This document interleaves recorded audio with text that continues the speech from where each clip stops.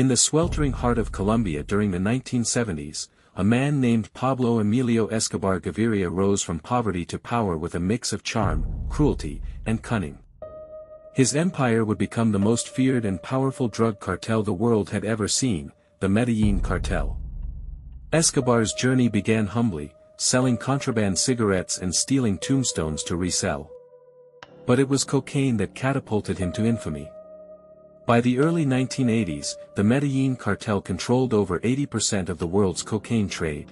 With ingenious smuggling routes, hidden airstrips, and submarines, Escobar's empire funneled billions into his pockets and terror into Colombia's streets. Known as El Patrón, Escobar was both revered and reviled. To the poor, he was a modern-day Robin Hood, building schools, housing projects, and soccer fields. To the state, he was a ruthless criminal who waged war on justice. His motto, plata o plomo, silver or lead, meant that officials could take his bribe or face a bullet. Judges, police officers, and politicians were killed by the hundreds. The violence reached a peak in the late 1980s and early 1990s. Escobar bombed airplanes, assassinated presidential candidates, and even declared war on the Colombian government.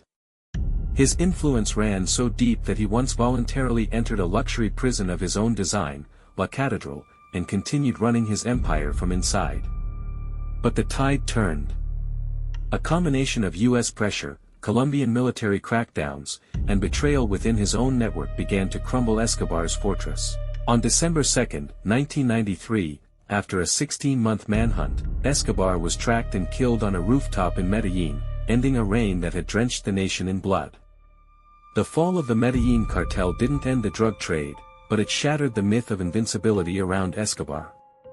Today, he remains a symbol of how one man's ambition can build an empire on powder and pain, leaving behind a legacy as complicated as the country he once ruled from the shadows.